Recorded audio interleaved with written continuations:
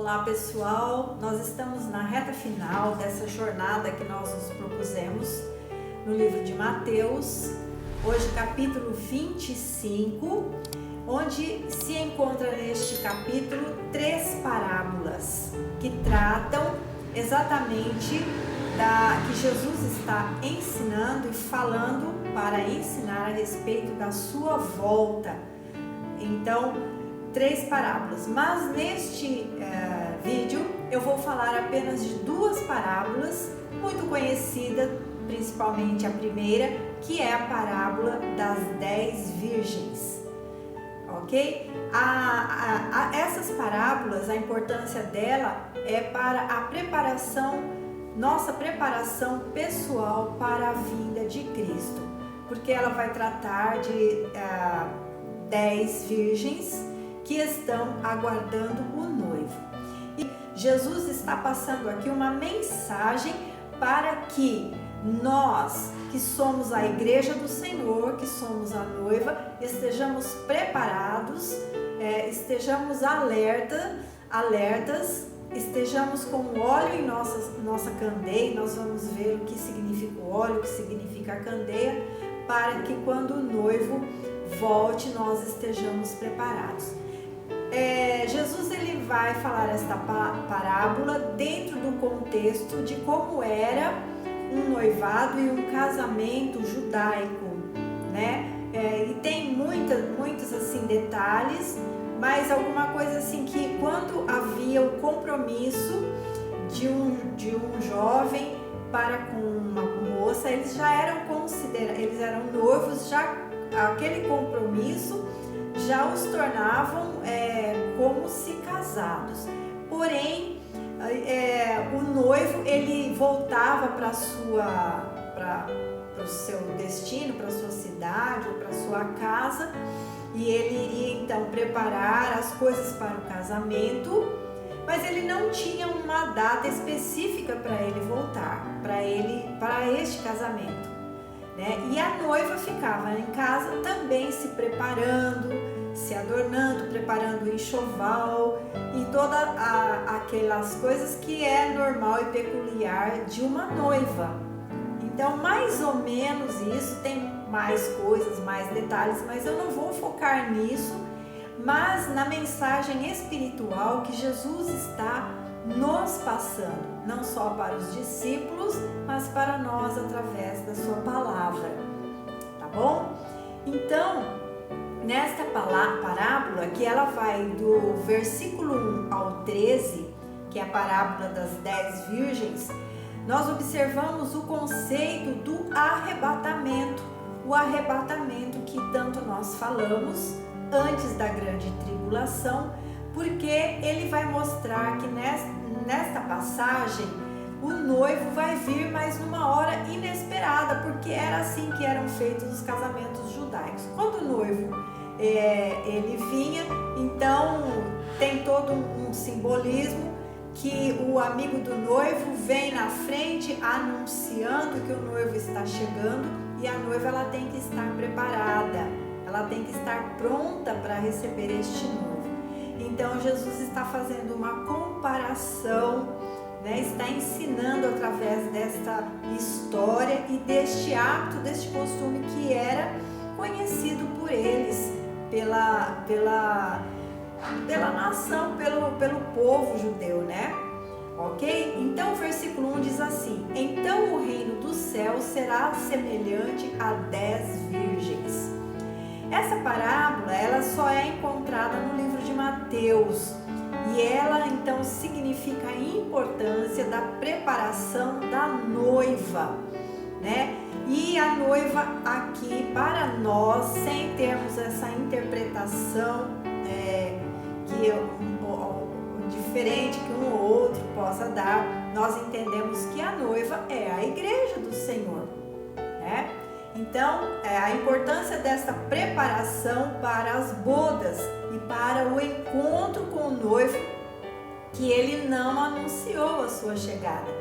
Jesus ele disse que voltaria, mas nós estamos vendo, ele está falando aqui no contexto anterior deste sermão profético, que ele então não tem o dia certo para a vinda dele. Ele não anunciou, ele não marcou o dia.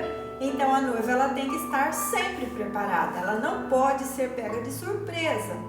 Assim também somos nós, assim também é a igreja. Nós temos que estar preparados, não vivendo indolentes ou fazendo qualquer coisa, mas temos que estar preparadas, porque uma noiva ela tem que estar adornada, ela tem que estar bonita, ela tem que estar preparada, ela tem que estar purificada, ela tem que estar com vestes nupciais. E tudo isso nós sabemos que tem um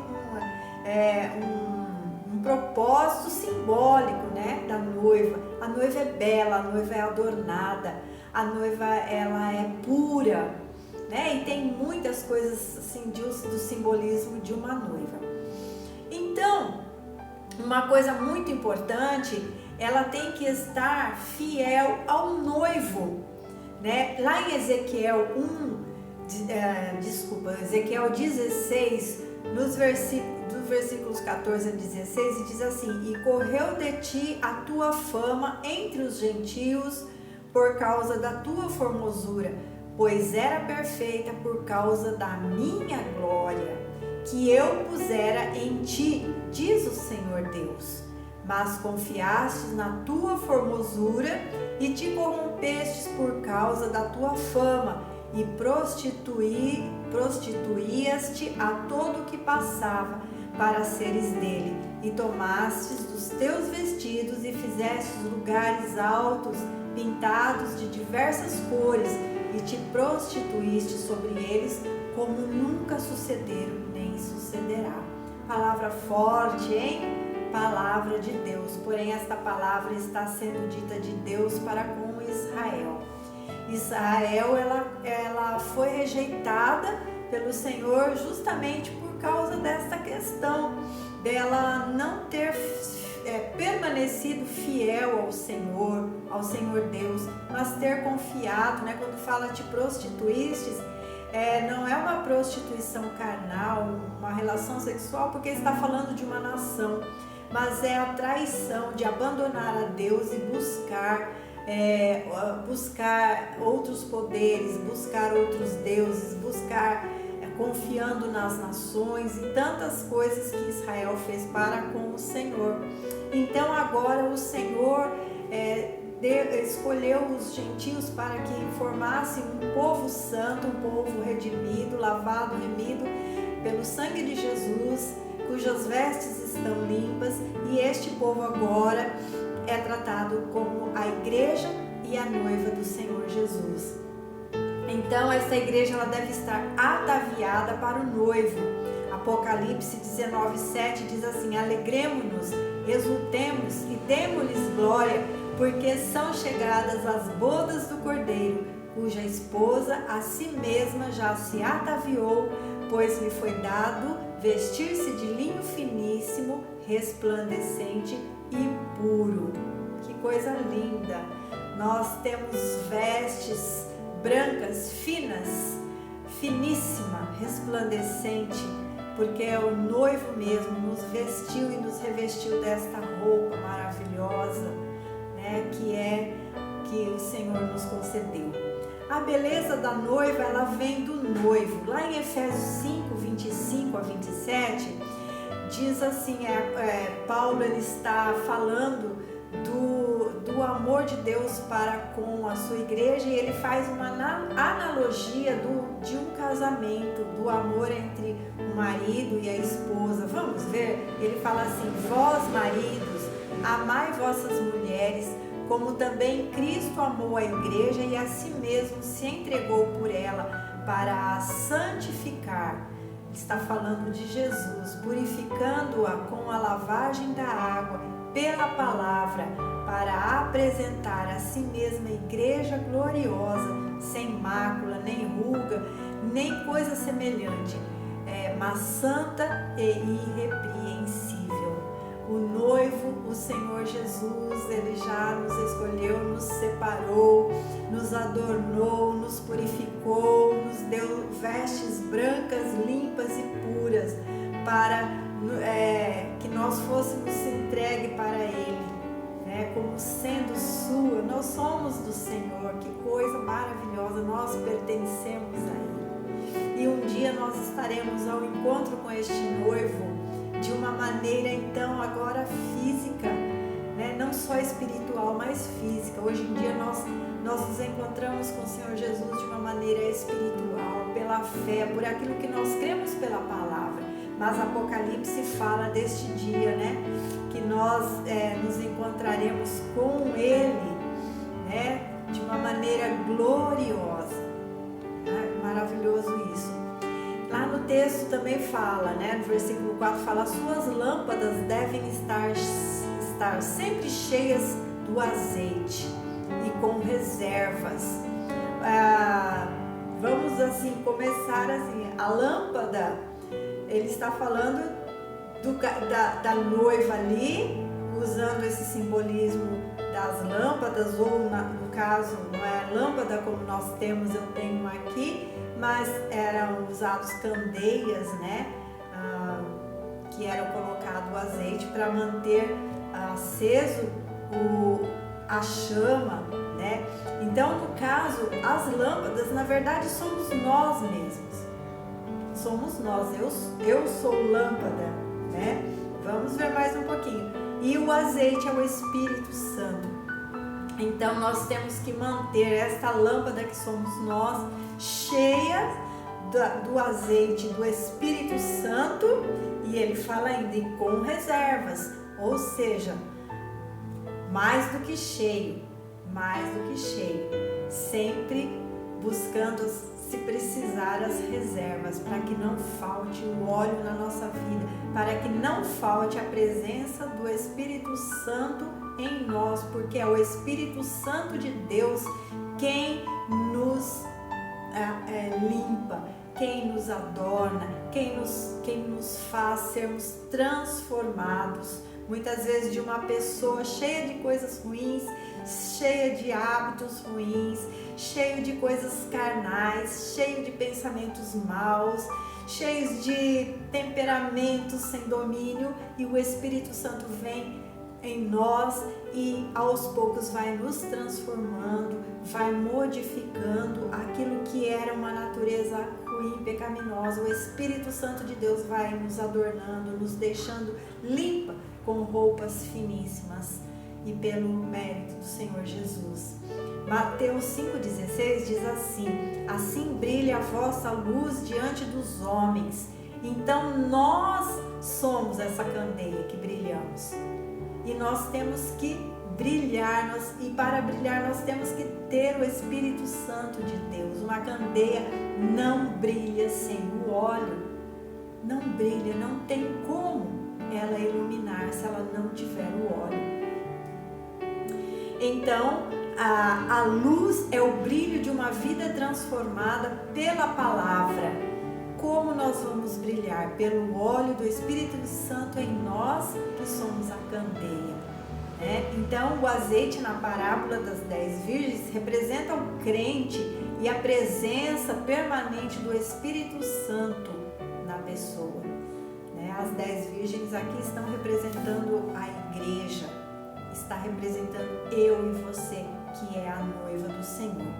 E aí o texto fala que 5 eram prudentes e 5 loucas. E as loucas não reconhecem que o Senhor, elas não esperam, elas não estão prontas, elas não acreditam ou esperam, ou sei lá, não atentam para que realmente o Senhor vai voltar. Então elas ficam indiferentes com este fato. E veja que todas elas eram 10 virgens. Então nós estamos falando de uma totalidade representativa de um povo, de uma igreja. Porém, nesta igreja, o Senhor mostra que vai ter aqueles que vão estar preparados e aqueles que não vão estar preparados para o encontro com o Senhor. Não se preparar, não buscar o Espírito Santo para estar cheia do azeite, vai fazer com que, quando o Senhor voltar, é o que a palavra está dizendo, não sou eu. O Senhor vai voltar e esta pessoa não vai estar preparada para receber e se encontrar com o noivo. Lucas 18, 7 e 8 diz assim: e Deus não fará justiça aos seus escolhidos que clamam a Ele de dia e de noite, ainda que tardio para com eles? Digo-vos que depressa lhes farás justiça. Mas ele fala: quando porém vier o Filho do Homem, porventura achará fé na terra? Deus, ele está pronto para fazer justiça aos seus escolhidos. Deus está pronto. Deus está na iminência de vir nos recompensar pelo nosso tempo que aguardamos, perseverantes e firmes no Senhor. Mas ele fala no texto aqui: será que quando ele vier vai achar fé na terra? Porque as pessoas tendem a desanimar, a abandonar o caminho do Senhor, tendem a se acostumar com as coisas desta vida. E mesmo às vezes dentro de uma igreja, ela vai vivendo ali como se não houvesse amanhã, né? Muitas vezes, ao invés de buscar a santificação no Senhor, está buscando outras coisas, né? Buscando diante de Deus bens, talvez, bênçãos que são dadas para nós gratuitamente. Mas o que nós temos que pensar nos dias de hoje é que nós temos que cada dia nos preparar para esta volta do Senhor. Então, e vamos continuar no texto aqui no versículo 5 e 6, diz assim: mas à meia-noite ouviu-se um grito, eis o noivo, porque o casamento judaico fala que quando o noivo se aproxima, na frente vai o amigo gritando: eis o noivo. E aqui na parábola ele diz: ouviu-se um grito, eis o noivo. Então esta hora denota um tempo em que as pessoas não vão estar vigilantes, mas vão estar sonolentas, porque é o que o texto disse, que elas se cansaram e elas adormeceram, né? Aí fala no versículo 7, mas as prudentes estavam alertas, se levantam, mesmo elas sonolentas, elas se levantam logo e estão prontas. E aí fala, o noivo não reconhece uma noiva despreparada, que não está pronta, mas está não só sonolenta, mas vazia e negligente. Porque viver a vida cristã, ser crente em Jesus, não é só hábito de ir na igreja, mas nós temos que buscar comunhão com o Senhor, com o Espírito Santo. Nós temos que buscar a sua palavra, nós temos que buscar a vontade do Senhor para nossa vida. Nós temos que estar todos os dias querendo saber o que o Senhor quer para nós. Nós temos que confessar nossos pecados, nós temos que nos reconciliar com as pessoas, nós temos que amar o nosso próximo, nós temos que servir ao Senhor com alegria, nós temos que orar, nós temos que buscar ao Senhor, e tudo isso faz parte de nós estarmos nos preparando para a vinda do Senhor. No versículo 12, ele fala: não vos conheço. Quando ele vier, ele não vai reconhecer algumas pessoas, mesmo elas fazendo parte do grupo de noivas. Ele fala no 12: não vos conheço, porque elas tiveram tempo para se preparar, mas não se prepararam. Vai chegar o tempo. Eu tenho um amigo, um pastor, que ele sempre traz uma mensagem e ele fala: vai chegar o tempo que não haverá mais tempo. Meu amigo pastor Sérgio Toschi, vai chegar o tempo que não haverá mais tempo. Hoje é o tempo de nós nos prepararmos, hoje é o tempo de buscarmos o Senhor, hoje é o tempo de esperar o Senhor Jesus, hoje é o tempo de nos enchermos dele, do seu Espírito, da sua presença. Amém? Então eu vou passar agora para a parábola dos 10 talentos, que é outra parábola também a respeito do reino dos céus, e que também o Senhor nos dá uma lição e nos ensina algumas coisas. Então diz assim, Mateus, ela está a do versículo 14 ao 30. E essa parábola ela é a mesma coisa, ela está falando do mesmo assunto da parábola das 10 virgens, porém ela está falando agora sobre um outro ponto de vista, né? E no versículo 14 diz que um senhor chamou os seus servos e lhes confiou os seus bens. Será como um homem que, ausentando-se do país, chamou os seus servos e lhes confiou os seus bens. Então este senhor, que nós sabemos quem é, ele teve que se ausentar e ele confiou aos seus servos. Quem são seus servos? Nós, os que seguimos ao Senhor, os seus bens. E aí nós temos muitas coisas que nós podemos interpretar como sendo seus bens ou talentos, como diz a parábola, né? Aí ele fala no 15, a um deu 5 talentos, a outro 2, a outro 1, e a cada um segundo a sua própria capacidade. E aí ele partiu. Então nós vemos na parábola que o Senhor ele distribui bens e talentos para todos nós. Ele não deixa ninguém sem nada. Ele não deixa ninguém, e ele dá conforme as posses de cada um, de granjear, de fazer. A uns ele deu um pouco mais, porque o Senhor conhece os seus servos.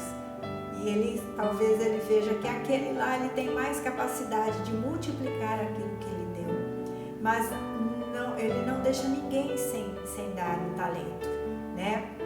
Então, voltando para a parábola, o sentido do que eles entendiam naquela época, do que era um talento, o talento ele poderia ser de ouro, de prata ou de cobre.